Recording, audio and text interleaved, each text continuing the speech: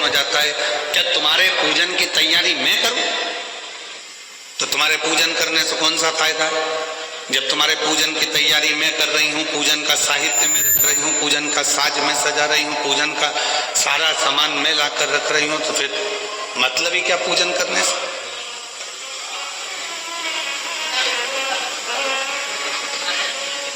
थोड़ा ध्यान देना महाराज।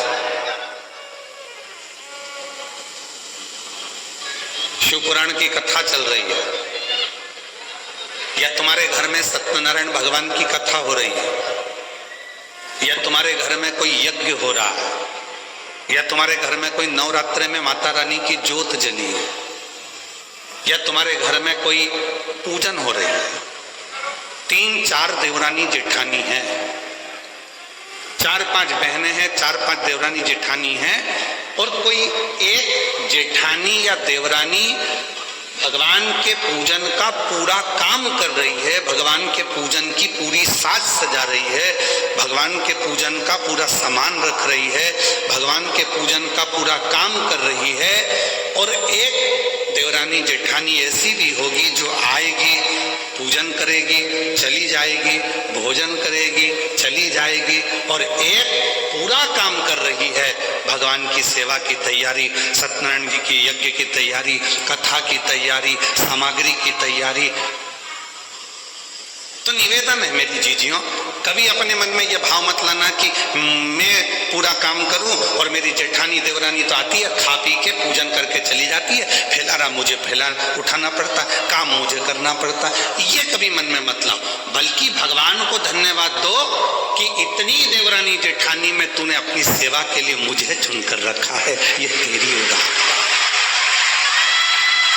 ये तेरी कृपा, ये तेरी दया।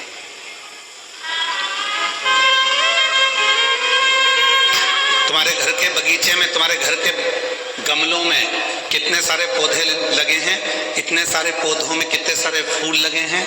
ईमानदारी से बोलना, तुम अगर फूल तोड़ती भी हो, फूल तुम चुनती भी हो, भगवान के लिए चुनो चाहे अपने लिए चुनो, अगर तुम फूल तोड़ती हो तो पूरे बगीचे का सबसे सुंदर जो फूल होता है, गुलाब का फूल खिला हुआ, कमल का फूल खिला हुआ, जो भगवान को देने के लिए या अपने लिए जो फूल तुम चुन रही हो, वो बगीचे का सबसे सुंदर फूल जो होता है, उसको तुम चुनती हो, उसको तुम चुनकर रखती हो, उसको तुम तोड़ती हो। उसी तरह पूरे परिवार में 4-5 देवरानी जेठानी ननंद, ये वो, पूरे परिवार में इतने सारे लोग हैं, पर भगवान शंकर यदि तुम्हें शिव महापुराण की कथा में लेकर गए हैं, या भगवान के मंदिर तुम जा रही हो, या भगवान की सेवा तुम कर रही हो, या आराधना साधना तुम कर रही हो, तो समझ लेना कि परमात्मा ने भी पूरे घर के बगीचे में से जो सबसे सुंदर फूल था, वो तुम्हें अपने करीब में लेकर आए,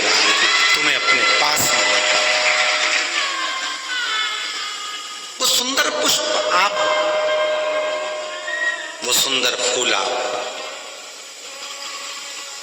और मैंने तेरे ही भरोसे बाबा, तेरे हवा बिच उड़ती जवानी बाबा, डोर कटी जवानी। तो वो सुंदर पुष्प आप, लंका का राजा रावण भगवान की पूजन कर रहा है, विभीषण भगवान की पूजन कर रहा है, पर पूजन का साज पूरा जमा रही है, तो वो मंदोदरी जमा रही। पूजन का पूरा श्रेष्ठ कर्म अगर कर रही है, साज सजा रही है, भोग लगा रही है, सामग्री लाकर रख रही है, तो वो मंदोदरी रख, मंदोदरी। फल किसको मिल रहा है? रावण पूजन कर रहा है, मंदोदरी ने सामान लाकर रखा है, तो रावण को पूजन का जितना फल मिलेगा, उसका 10वां अंश फल मंदोदरी को प्राप्त होगा, क्योंकि उसने पूजन का साहित्य। आप लोगों में से कई लोग ऐसे भी बैठे होंगे जो बीमा करते हैं, और आप लोगों में से कई लोग ऐसे बैठे होंगे जो बीमा खुद का करवा चुके हैं।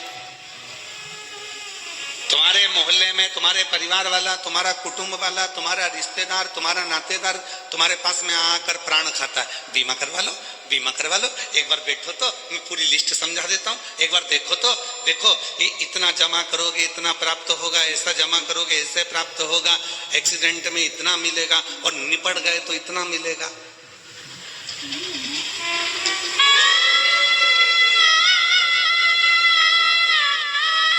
दुनिया में केवल एक बीमे वाला ही है जो तुम्हारे सामने तुम्हारे मरने की बात करता है। और पत्नी बड़े प्रेम से पल्लू ले लुआ के सुनती है मरने की बात, बहुत ध्यान से, इतने प्रेम से सुनती है, इतने प्रेम से। एक्सीडेंट में इतना मिलेगा और